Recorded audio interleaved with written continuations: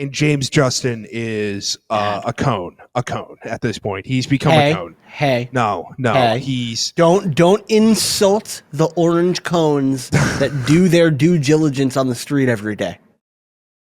I try to hit them every single time. He's just not good. He's not.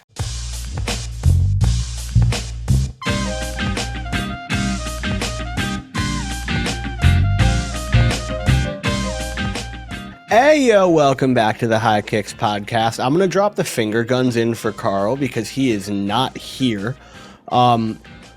We dropped our last episode on November 22nd. We're recording this on January 22nd. Sorry. Happy New Year. Jesus, Merry Chad. Christmas. Happy Hanukkah. Happy Kwanzaa. What other happy holidays to all of our listeners. We're back after a long ass hiatus because honestly, I'm just gonna say life is hard. I guess. What? Life is hard. I mean, Carl went to Florida. Schedules don't line up. He gets off of work late. You work early. Like, it's hard to schedule you guys. Fair enough. I will say I could have tanked some of those evenings, but I appreciate the sleep. Yeah, no, you're totally fine. You're totally fine. To jump right into football, it is time that we get on our hands and knees, raise our hands to the sky, and pray to our Lord and Savior, Darwizzy Nunez. I mean, I've said this for years. I know you have. This has been the day one narrative of Crush Talks Sports Incorporated. It's always sell him, and then he has a performance like this. And I shit you not, I woke up that morning. I watched the game with Caroline here. I was wearing my Alexis McAllister jersey. We went to go axe throwing, and I switched into my Darwin Nunez jersey. I would have personally recorded myself being like, all right, if we win, it's because of Darwizzy. I would have. Well, I put it on after he scored both goals. Oh, okay.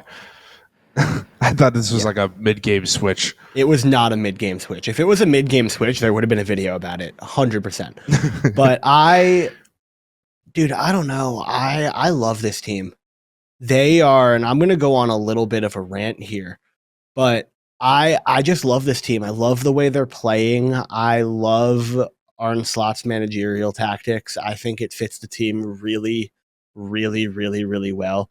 Mo Salah right now for me is the Ballon d'Or frontrunner. If Liverpool win the Premier League, if they win the Champions League, if they win one of the two, if he keeps his numbers up, he's been the best player in the world by far this season.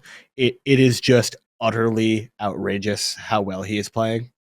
You could easily have make the argument that if he didn't get hurt for AFCON, he probably should have been a Ballon d'Or, at least contender last year. I would agree with that. I think he's been at worst a top 3 player in the world for at least bona fide, non-debate top 3 player in the world for the past 2 years. And I think he finally has a team that he can shine the brightest on. It allows him to look like this good. He's just special. I don't really know what other way to put it, whether he needs to break a guy, cut inside and score a goal, whether he needs to pull a defender out to create space so somebody else can thrive, whether he needs to play that perfect ball across to slice up the defense. I mean, he can do it all. He can track back, and I'm not going to sound glazy here because he doesn't track back amazingly well, but he's a right winger. He puts in his defensive efforts. He's a phenomenal player. He's a special talent. Dare I say, probably the best African player of all time. We're starting to get there. We're starting to get there is kind of what I'm trying to say. I'm not saying it's definitive yet, but I mean, if he wins a Ballon d'Or, it's cased, in my opinion. Yeah. And I mean, you look at the Ballon d'Or competition right now, and yes, I know we are in January. We're 22 days into a 365-day year. Well, yeah, but the Ballon d'Or But isn't a yeah, year-over-year thing I know anymore. It's a season over it's a season. season over season. You know what? I literally forgot about that. Yeah, give it to him. Like where we're at in the season, like give me another guy that is. I mean, I'm just gonna look at the Premier League stats real quick while we're doing this. I mean, he's got 18 goals. Erling Haaland is second at 17. Cool. He's got 13 assists. Bukayo Saka is second at 10, but it drives the point home where his goals and assists, his total goal contributions are 11 higher than the next person. I mean, he was doing the exact same thing last year too, and then he got hurt. From what I believe, right? Shut up. Okay, I'll knock on wood, but he literally for 2 straight years has been like the bona fide best, at least like attacker, and I'd say probably the best player in the Premier League. When healthy, I think bar none. And I mean, look, I'm wearing my Liverpool sweatshirt, but it's a fair assumption to make. I mean, even with the way Erling Haaland has played, and albeit that's a funnier story. That's something that developed in the absence of this podcast. That we'll get into that. We'll get into it, but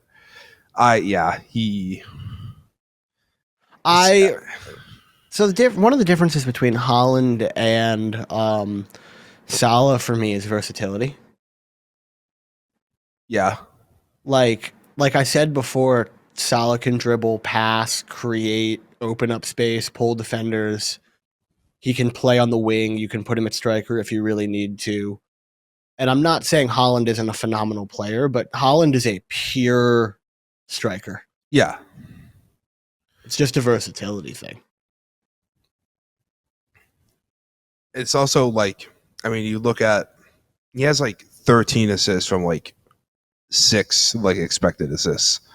Yeah. Or some like number like that. That's like outrageous. And like you look at his per 90 numbers based off like everyone at his position, he is, I'm pretty sure, in like the 99 percentile for, I'm assuming, like everything except like shots. And I guess like long ball pass accuracy, because like that's not his shtick. But it is truly profound what he is doing this year. To be fair, I mean, Darwin Nunez is at a better year, but well, we're talking about the Ballon d'Or right now, and Darwin Nunez is so good that he's not qualified voted for in that award. I'm just saying that the 20 to the half an hour that Darwin Nunez was on, I think should single-handedly win him the Ballon d'Or. I think they should look at that 30 minutes and be like, nobody else in the world can do that. No, but in all seriousness, Darwin's chaos is an asset. I mean, I just think he's really much more useful for them, like off the bench. Yeah, I don't necessarily think he's a starter. He's a super sub. I think he's a really good. I think he's like a really good super sub. You can be comfortable with being like, oh, okay. I don't know, like Luis Diaz is having like a bad game. Let's just bring on Darwin Nunez. You know, it's not like Darwin like isn't bad either. It's just I feel like maybe in terms of like physically, he drops off like later on in the game. Maybe we wait like a couple years, see if he can be like a legitimate starter on like a really good team. But I mean, I don't know. This Liverpool team's really good. They're just so good. I've made the assumption that they've won the title. If they didn't win this game, though, I would totally be like, the end is nigh. Oh, I know. It's one of those things for me where championship teams win tough games. Yeah. And they should not have won that game. They definitely should not have won that game 2-0. And that's a game that you look back at if/when, and I'm going to knock on wood again. When you win the title, knocking on wood again when I said when there, you look back at those matches, that's like, this is where we got it done. Yeah. Easily, yeah. I want to move us on. It's going to be a little bit of a sad boy hours for Chad here. I'm just going to let him kind of take on what he's feeling about his club. But Full America 2, Leicester City 0. Chadius, take it away. I do not think we've won a Premier League game since we stopped recording. Hold on. Yeah. Oh, no, we beat West Ham. We beat West Ham the week after. It's just since the Brighton draw. I mean, hey, we beat QPR 6-2 in the FA Cup. That was pretty cool, I guess. The smallest amount of copium I have for this team is that despite how awful that they have looked, they're only 2 points away from safety. It's just you've gotten your ass kicked to, albeit like an Aston Villa team that's good, a Man City team that's like, better than you. But Crystal Palace team, at least you should be like having like a fighting chance against. You just crumble apart with. Fulham is really good. I'll give credit to that. But dude, again, they just eventually fold over like a napkin. The Wolves 3-0 loss, I think, is going to sting the most because I understand it's new manager bounce. I understand like it's hard. That team genuinely looks like ass every other game of their season. They've looked completely lost, and then they only found it against Leicester because they've lost like 3 straight. They haven't. I don't think they've had a win since the Leicester game. Hold on, let me see. They beat United in the next week, and then okay, well, that doesn't really count. Yeah, United doesn't really count. Come on. Yeah, I know. That's the hope. The hope is that somehow, some way, especially with a really easy schedule, because they face Southampton and Ipswich in the final month. They also face, I think they faced like Crystal Palace or someone like that too. They face like they have winnable games at the end of their season. The question is, can we form a team that can win a game? Because I think the answer so far from what you've seen this season is no. No. And I mean, I think this is just years of mismanagement finally catching up with this team, because I mean, I can go on a whole tirade about like how like the upper board doesn't do interviews with anyone, and then they're like, "Oh, we have a vision," and it's like, "Well, you don't want to tell us what your vision is," but I digress. Let's see. The big gripe is they have like Jordan Ayew and Yannick Vestergaard on 3-year contracts. And I understand Jordan Ayew has easily scored his worth of goals, right? I understand he has a game winner or 2 in him. But my God, he is unfreaking playable unless he is like given a through ball one-on-one with a goalkeeper. It is absolutely absurd. And then Yannick Vestergaard, he's a really good championship player, and I don't know why you give him a 3-year contract. I don't know why. Like, it should have been totally clear for this team. Like, okay, we're just going to let you go for free, or at least like give him like a decent contract and then try to ship him off. But it's like letting guys like Tielemans go for free. Okoli's probably gone, and we literally bought him in the summer. Oliver Skip, £20 million. Awful. Just like you spent, they're kind of like the blue version of Manchester United, in which they will overspend on a really mid player and then not get their money's worth at all from that guy, but then solely survive based off vibes. And I feel like, again, like I knew entering the season that this team didn't do enough to like be a competitive Premier League team. It just hurts that I'm right. Yeah, I don't know. They clearly didn't do enough. I like the analogy of the blue Manchester United, obviously on a much smaller financial scale. But you guys are overspending for players who are not performing well. It's hurting your team in the long run. You don't have the sustainable global fan base to support it, and it could get you guys in trouble or has gotten you guys in trouble with FFP. If slash when you guys go back down, you're looking at something pretty damn lofty, Yeah, and it's not good. it's not good. And again, I don't want to like throw blame onto someone who's like in a tough situation. Obviously, Top inherited the club when his father tragically passed. It's unfortunate, right? It sucks, but it's like you gotta fire someone, man. someone at like the top of like Leicester City. Someone's doing something wrong. John Rudkin's doing everything wrong. Like the entire board should be wiped clean, and John Rudkin should be unemployed. I'm sorry. I feel like I didn't want to say the name until I brought up like ownership itself, but it's like whatever vision we've had since Rudkin's gotten here, or at least in like the past couple of years, has not come to fruition. And I understand you got to like get right back up to the championship. So you're going to give like maybe some like contracts, which like hindsight 2020 might not be as good. Like, you know, trying to like keep Harry Winks and Connor Cody, but it's like, that's fine. And it's like, it's, you're going to have stuff like that when you get promoted, but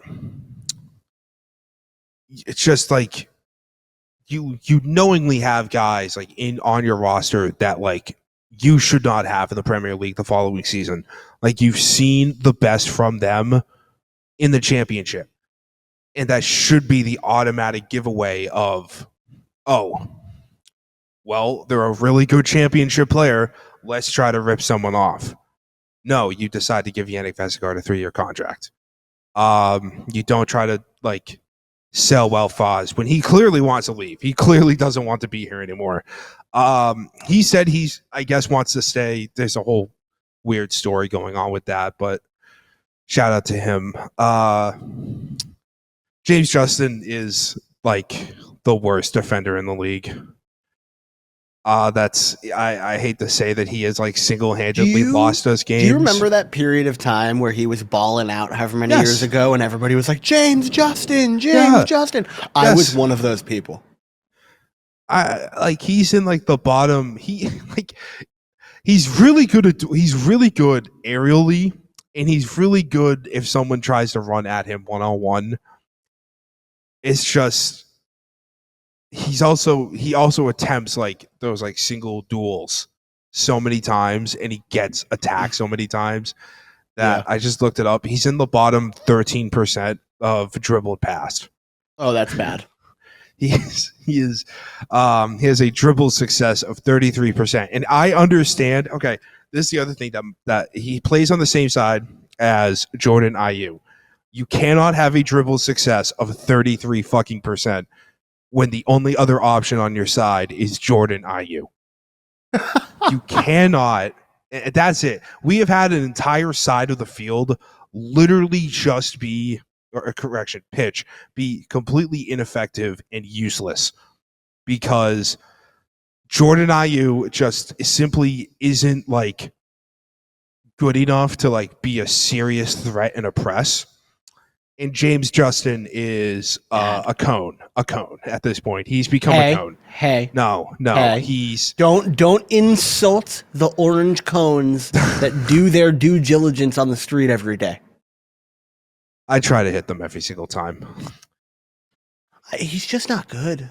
He's not, and like the only reason and you might be like, then Crush, if you're so smart, why don't they get anyone else? That's the issue. There is nobody else.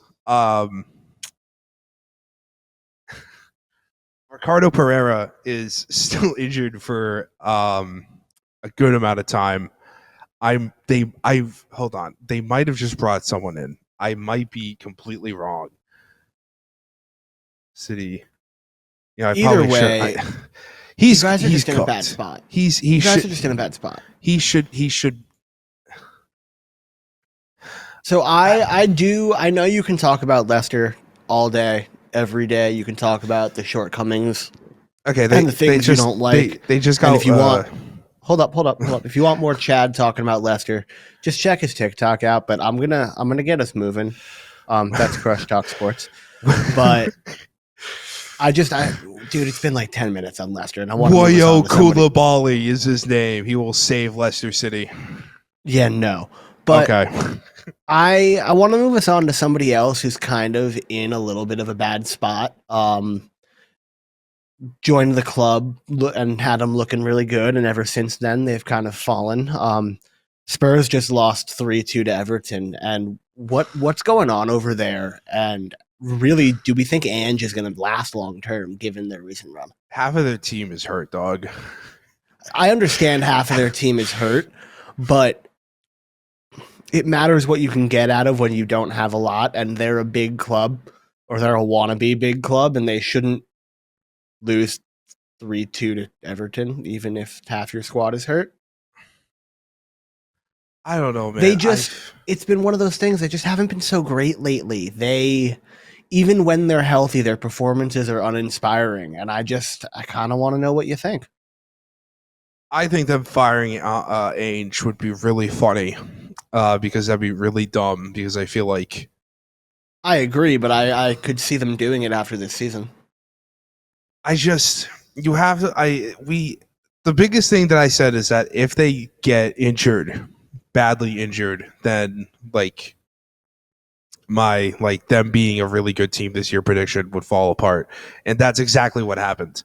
I just think this team is way too shallow, and I understand that Ainge likes to play aggressive. I just think he has the argument of dude, I've got one available starting defender, and they have maybe 12 healthy players on the team. Yeah, that's fair. I don't know. Even when they're healthy, it's uninspiring. I'm not saying it's his fault. I think it's similar to a Manchester United issue where it's upper management.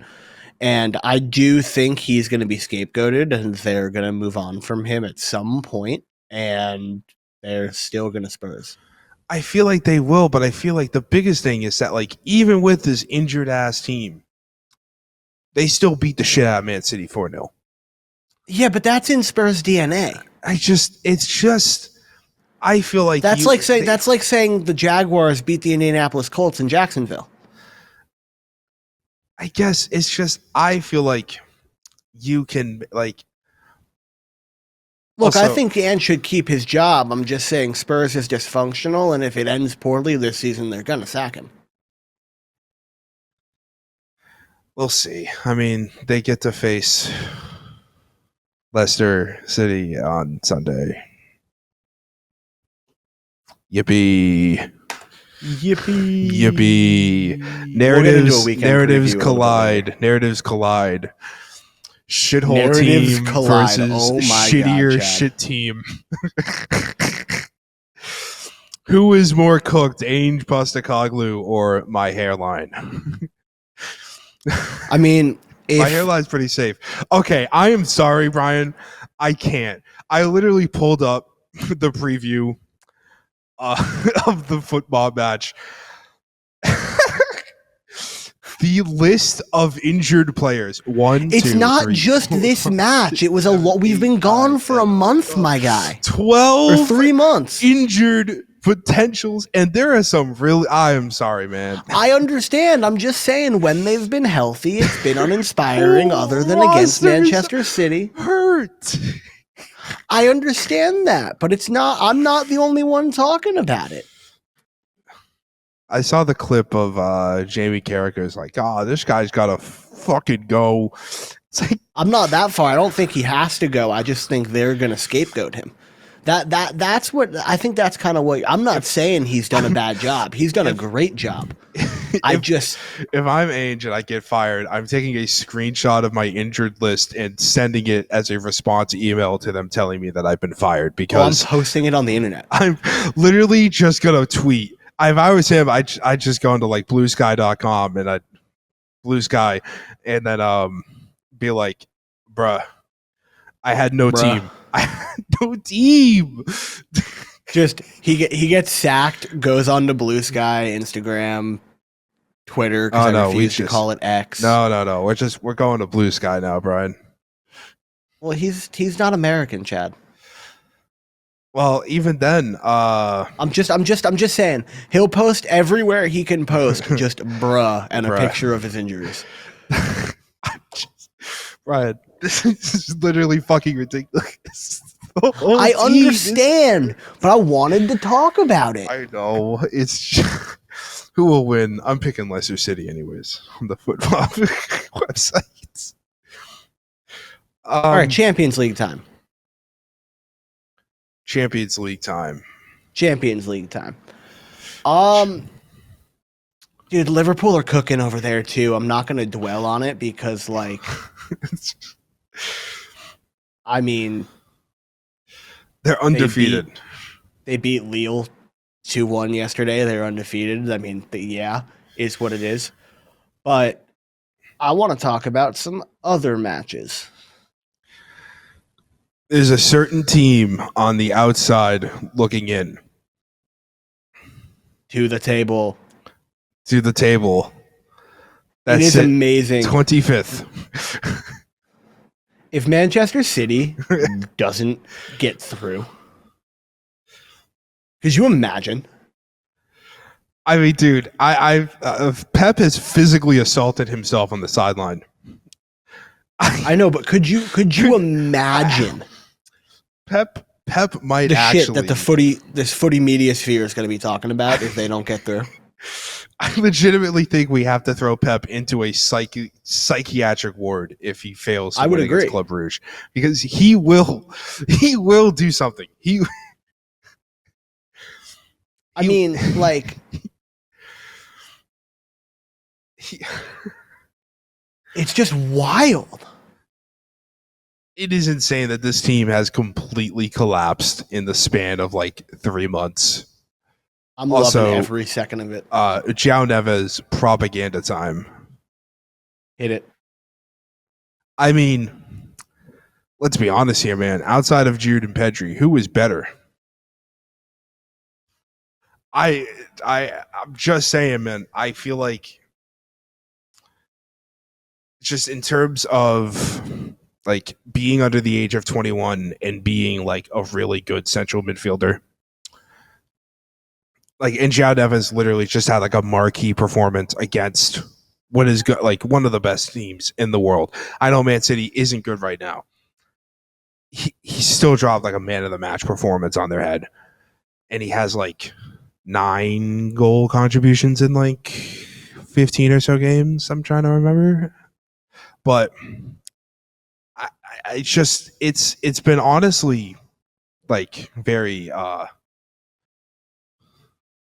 liberating, I guess, because he's been somewhat disappointing in terms of like creating a goal or creating goal contributions, but I do feel like he can run a midfield, and I just think this is just the beginning. PSG's got a really good young midfield.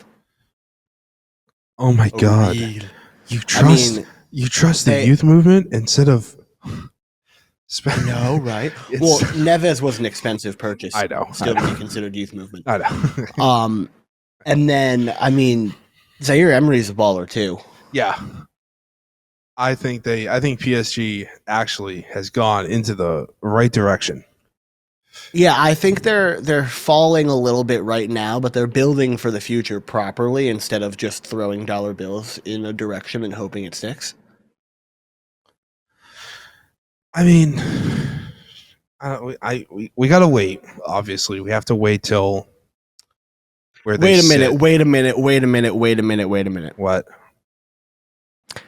I didn't fully pay attention to Champions League today because I was watching the PSG City match. Feyenoord beat Bayern 3-0. Yeah. What the fuck? Yeah. I might stand corrected on all the things I said about thinking Vincent Kompany was going to be good for Bayern preseason. It wasn't even that. It was literally like peak FMing.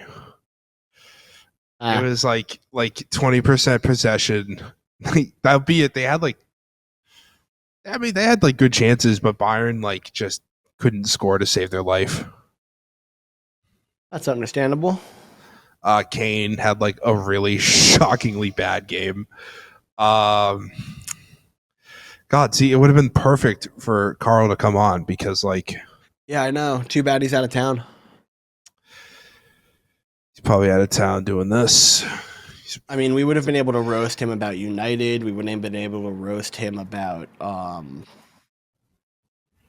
Bayern. It's just a bad day to be Carl. It is a bad day to be Carl. Is it ever a good day to be Carl? I don't think he's had a good day. I cannot remember him ever being happy with his team. I don't either, and he doesn't listen to the show, so he's not going to hear us if we want to just lay into how crappy his teams are. Also, Alphonso Davies got hurt at halftime. Yep. He just signed a new contract, didn't he? Yes. That shocked me, actually. Really?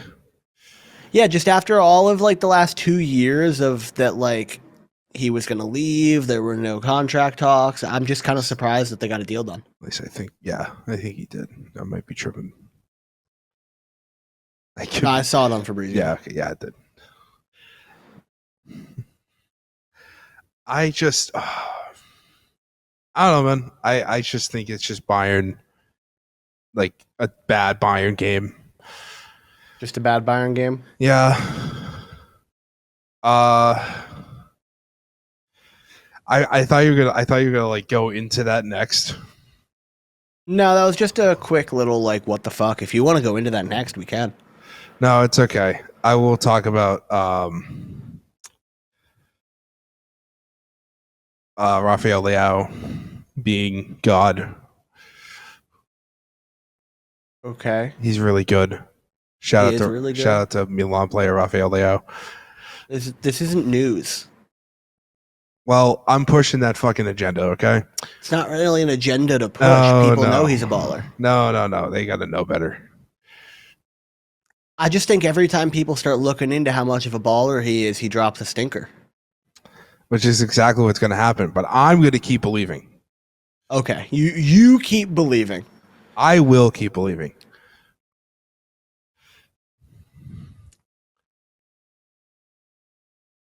Do I really got to talk about how shitty Leicester City is going to be this weekend? I think you do, Chad. Oh my God, bro. Again, like I said, since Brian wants to do a preview of the weekend games, narratives collide. Shit sandwich. Oh God, what's the joke in South Park? Is it shit sandwich? Giant douche and a turd sandwich? Yeah, turd sandwich versus giant douche. That is Leicester City versus Tottenham this weekend. A real 6-pointer in the relegation battle. In the relegation battle. Hey, they're only 10 points, clear of Leicester right now, That's fair. That's fair. If there's a team to be doo-doo bum cheeks for the rest of the year with their injuries, Tottenham could be a contender. Okay, so I also wanted to kick into this game or this weekend, mostly just to talk about City and Chelsea. You didn't have to talk about the shitstorm that is Leicester, but I baited you into it so you would. I mean, that's also, giant douche versus turd sandwich. But in a different way. I mean, it's... What? I don't know. I feel like Chelsea... I don't see a really good game. I see one team absolutely curb stomping another. I just don't know who it's going to be. I think I see the exact same thing. which makes this game so interesting to me. Like, we're looking at a game that neither of us think will be close, but we don't know who is going to bend who over the barrel. Because, like, this is a Chelsea team that since, like, halfway of December, since, like, the Everton game, where they, like, drew 0-0, I don't know, man. I feel like... Also, like, Nicholas Jackson, like, losing his shooting boots has been, like, the worst timing ever for this team. Oh, yeah, it's been awful. He is, like, the streakiest player of all time. It's, like, unbearable. But I just feel... I don't know. I don't want to say Enzo Maresca has been found out yet. I will say, though, Petrovic is better than Robert Sanchez. Oh my God, I want to get into that. I have been saying for years since they signed him that he wasn't good enough. Did you see Molina's video on Sanchez? I did. Like, I wanted to talk about that.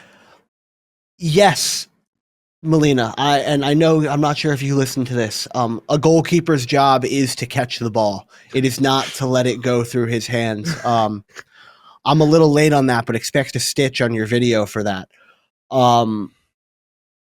It's not that hard. It's like the issue I have with Arsenal and Raya, and I'm taking this full screen for myself right now. But it's like the issue I have with Arsenal and Raya, where you pursued a goalkeeper whose primary ability is distribution, and you need a goalkeeper who can stop fucking shots.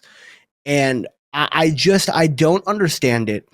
I will never understand it. Your goalie should be a shot stopper first and a distributor second. And Robert Sanchez is not a good shot stopper.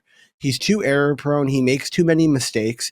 He's not a bad goalkeeper, but he's not up to the level of being the starting goalkeeper for Chelsea Football Club if they want to win Premier Leagues and win Champions Leagues. They have Georgi Petrovic. He's a good goalkeeper. They have 8 senior goalkeepers on their books. I don't think any of them, nothing against Georgi, are good enough yet to be the guy. If they want to contend to win the Premier League next year, I think they need to go out and get somebody. But Robert Sanchez just is not the guy. He's not good enough to be the guy. They shouldn't have signed him. And it's not a good look, and it's unfortunate. And he's just not a good enough goalkeeper for a club like that. Yeah. That's a good rant, Brian. I mean, I was twirling my mustache because I've been the Petrovic agenda pusher also since day one. And, you know, some apologies has to be made there on cement. Some apologies has to be made. Robert Sanchez just isn't good enough. No. I will say, like, it's also, again, I really am very, very worried. If you're a Chelsea fan, this about was the time last year that Leicester City kind of went, like, got in their own heads and, like, blew, like, a 20-point lead to Leeds. Yep. The issue is you don't have a 20-point margin of error now. You are 10 points behind. And you literally cannot afford to drop points for the rest of the year. Which, hey, I understand the goal for, I think, a lot of Chelsea fans was to just have a good team. I think the goal was top 4. Yeah, the goal was to be like, hey, this team is fun to watch. This team isn't getting shit on by Brendan Aronson and Leeds United. I honestly think that, weirdly enough, Liverpool fans and Chelsea fans came in.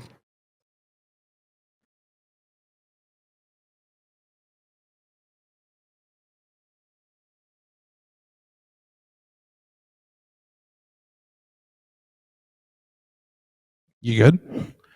Oh, yeah, I thought you said something and your lips moved and you stopped and I couldn't hear you. Oh, no, I was just blowing a kiss because I whispered Brendan Aronson. Oh, that is amusing. I'm actually going to leave that in the show. Like no, but what was I even saying? I just got so thrown off. Oh yeah.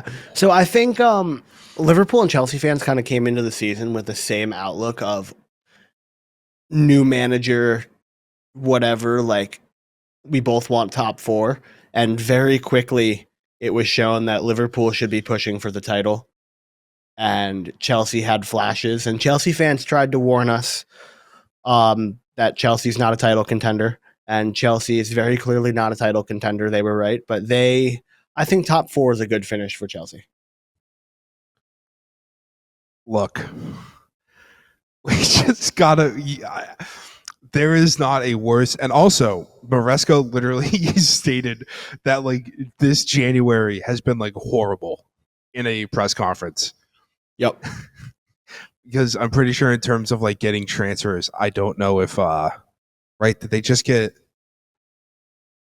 Oh, I'm trying to fucking think. I've been so behind on transfers. I'm not gonna lie. Actually, no. They've done nothing this January. That's also the issue.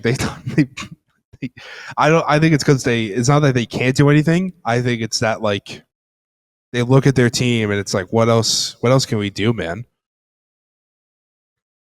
Like, what more? I will say, very, very funny that they gave a sum of money to Leicester City for Kieran Dewsbury Hall. Yes, that is hysterical. Very, very funny. I mean, I saw that and I'm just like, okay. What was it, dude? I think it was like 35 million. Oh my god, it was. It was way too much money. 35 fucking million for Kieran Dewsbury Hall. Hold on, bro. How many games has he played? He's played in 6 matches? Oh.